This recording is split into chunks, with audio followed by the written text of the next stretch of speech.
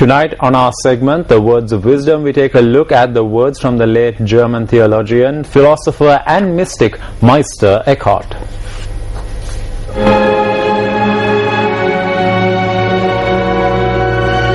The price of inaction is far greater than the cost of making a mistake. Meister Eckhart.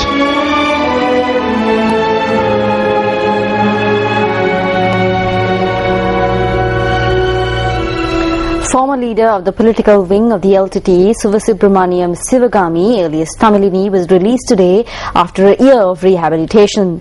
The Commissioner General of Rehabilitation, Brigadier Darshan Hettiarachchi, said that she was handed over to her relatives at the Poothottam Rehabilitation Centre in Vavuniya. Tamilini's mother and sister were present to receive her. Ex-LTTE member Tamilini, a resident of Kilinochchi, was sent to the rehabilitation centre following a court order. Speaking at an event held today, the Inspector General of Police, N.K. Ilangakon, commented on the present and past situation of the Sri Lanka Police.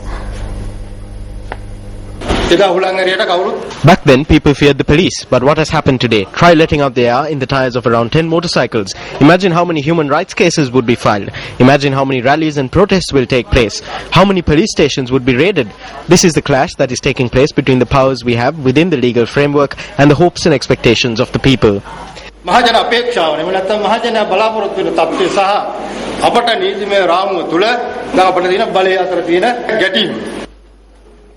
The IGP made this comment at an event held to present certificates to the police officers who successfully completed the police public relations training program. Managing Director of 3M New Ventures Asia Pacific region, Michelle Belanca, says that an entrepreneurial culture in Sri Lanka will assist in the country's growth. Belanca made this comment in an interview with News First Mahina Bongso. The Sri Lankan economy is in an accelerated growth position. What do you think is the most important element or the most important factor that should be taken into consideration by all the stakeholders in the economy? I think it depends on what you want to accomplish. You know, if you're looking at the local economy or your export economy, I think a couple of considerations for Sri Lanka to think about are how do you attract the investment that you need to grow and to sustain that growth. You know, I think if you look, one of the challenges at some point when we talk about innovation, right, is that you have just a fantastic start at an entrepreneurial culture here. It's excellent. And so as these people start to invent and create and look at how they can grow these businesses, the investment to support those businesses has got to come from somewhere. And it can come from local, but in many cases, as these entrepreneurs and these startup companies and these R&D collaborations that are happening with the universities and the incubators, they're going to need additional funding. And I think that's one of the thoughts to consider ahead of time for success is, how as a country do we look at in Sri Lanka attracting that kind of investment that you'll need? And how does that partner with the universities and with the incubators and the investment communities that are here?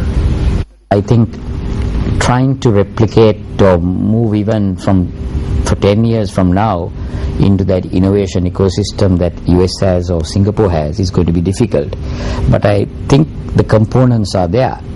One component that is not adequately proactive, I think, is the university system. Exactly. We have some very good universities, very good faculty members. But see, the difficulty is that so far, you don't have that industry-academia interface. The Intercompany Employees Union says that the government is attempting to increase the service hours of employees based on a proposal made by the International Monetary Fund.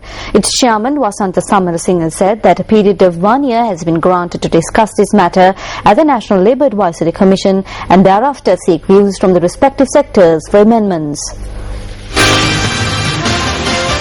The government of Sri Lanka, together with the IMF, is attempting to change the 8-hour workday. We need to discuss this. In the recent past, the National Labour Advisory Commission had postponed this proposal. You cannot make women work after 10 in the night. If the 8-hour working shift is being changed to 9 hours a day, then the regulations pertaining to women in the workplace should be eased. කාන්තාවන්ගෙන් සේවය සඳහා පවතින නීති ලිහිල් කරන්න එහෙම නැත්නම් නීතිය වෙනස් කරන්න අවශ්‍ය සංශෝධන ගෙනලා දැන් අවුරුද්දක් කල් දාලා තියෙනවා. Samarasinghe also commented on the salaries of labourers in the country. The government has estimated as of the end of May 2013 that a family of 4 would have to spend 48,500 rupees a month to survive. This is stated in the website of the Central Bank of Sri Lanka. However, the minimum wage of a private sector employee is 8,625 rupees, while the minimum wage of a state sector employee is 11,730 rupees. This is the situation in the country. In other local news, parliamentarian J. Sri Ranga, the General Secretary of the Citizens Front, visited the Norwood Rockwood estate today. General Secretary of the Citizens Front, MP J. Sri Ranga, was afforded a warm welcome upon his arrival at the Norwood Rockwood estate.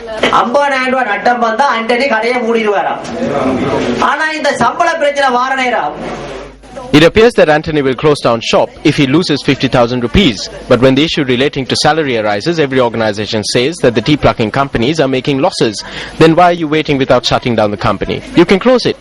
When this salary problem arises, the organizations which have to talk on our behalf are signing agreements.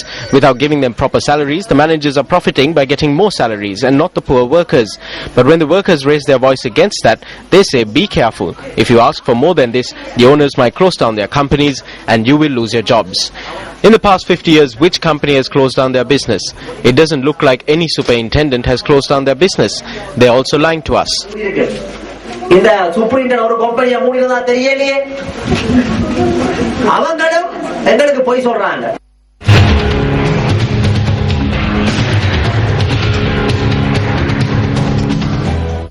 3 million rupees of the funds of the taxpayers of the Colombo Municipal Council were spent at the beginning of February 2012 in order to hold a workshop on good governance for members elected to the CMC on the 8th of October 2011 and senior officials attached to the CMC. Some councillors even took along members of their family for the workshop on good governance held over 3 days at a star-class hotel in Kandalama. Even before a week had passed following the conclusion of this good governance workshop, the Mayor of Colombo arrived at a decision to dissolve the flying squad of the CMC, which functioned 24/7 and was tasked with ensuring good governance at the CMC. Incidentally, at this point, the flying squad had conducted a number of investigations into incidents of serious fraud and embezzlement at the CMC and had submitted its observations and recommendations. Furthermore, at a meeting of the Finance Committee of the CMC, it was decided to disregard the recommendations of one of these investigations pertaining to financial fraud that had taken place at the CMC under the guise of renovating a bulldozer. At a subsequent meeting of the CMC Finance Committee, it was revealed that the CMC incurs a loss of close to 10 million rupees annually as a result of not being able to commission the services of the bulldozer, which is yet to be renovated. Nevertheless, the decision to dissolve the flying squad was withdrawn after a number of CMC taxpayers challenged the decision in court. During these legal proceedings, the CMC spent a large portion of its funds to acquire the services of external legal counsel, although the CMC had its own legal division. The CMC, which failed to display good governance even after spending 3 million rupees on a good governance workshop, has now taken steps to organize another workshop. The Finance Committee of the CMC, which met on the 6th of June, has allocated a sum of 4.15 million rupees for this workshop entitled Good Governance and Private-Public Partnership. All councillors and senior officials at the CMC are to be taken to a 5-star hotel in Bentota tomorrow morning in air-conditioned buses for this workshop, which will also be held over 3 days. A sum of 200,000 rupees is being spent on transport. The information submitted to the Finance Committee of the CMC for the allocation of 3,250,500 rupees for the reservation of the hotel shows that reservation has taken place on the basis of individual preference. Although a sum of 300,000 rupees has been allocated for resource personnel for this workshop, it was not revealed to the Finance Committee as to who these valuable resource personnel are. Residents of the Colombo municipality should be able to reach some conclusion regarding the capabilities of their representatives in the CMC, for whom a second workshop on good governance is to take place within a 16-month period. The report of the Finance Committee notes that 4 million rupees of the CMC taxpayers' money is to be used under the covering approval of the General Assembly of the Council. This means that the persons who will approve this allocation of funds at a General Assembly meeting in the near future are the same persons who will be living large for the next 3 days at the taxpayers' expense. Shouldn't conscientious decisions be taken when utilizing the tax money collected from the people? Governor of the Western Province, this is over to you.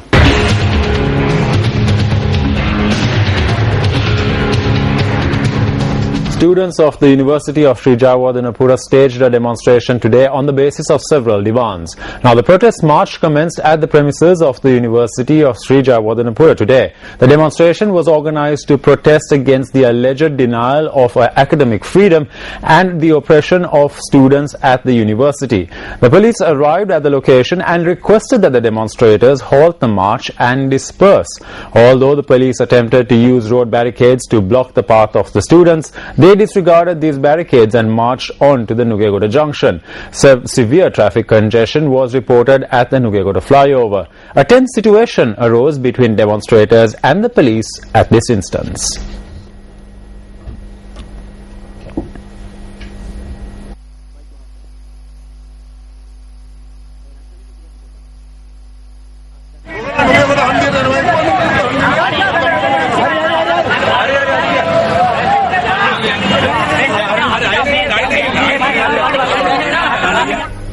Well, today News First selected an amateur newscaster from Ratnapura in another bid to highlight the hidden talents of children from rural areas. Lakmini Prasadika Megahapula was selected through screen tests that were held at the Sadham Puja Posan Zone in Muagama, Ratnapura. Lakmini is a second-year student at the University of Sabaragamuwa.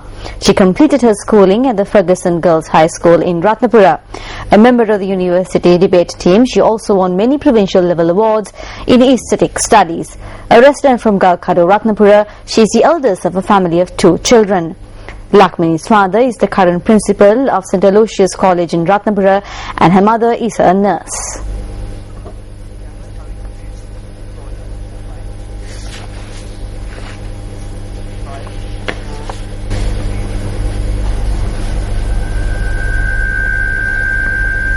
The Pathfinder Foundation is of the view that there is no harm in commencing investment projects such as casinos associated with the tourism industry.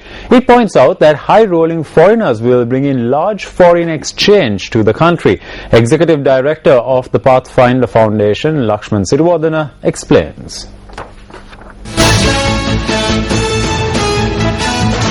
The Pathfinder Foundation support the government decision purely on economic grounds. If we are to forward and generate more income from external sources, that this is tourism aligned with the gaming and other facilities is the only way. Otherwise, what will happen is we will be entirely and eternally depending on the export of poor human labor, particularly the poor, disadvantaged women from rural areas, which may result in, which has already resulted in much more serious cultural and moral issues and disruption of families and deprivation of the children.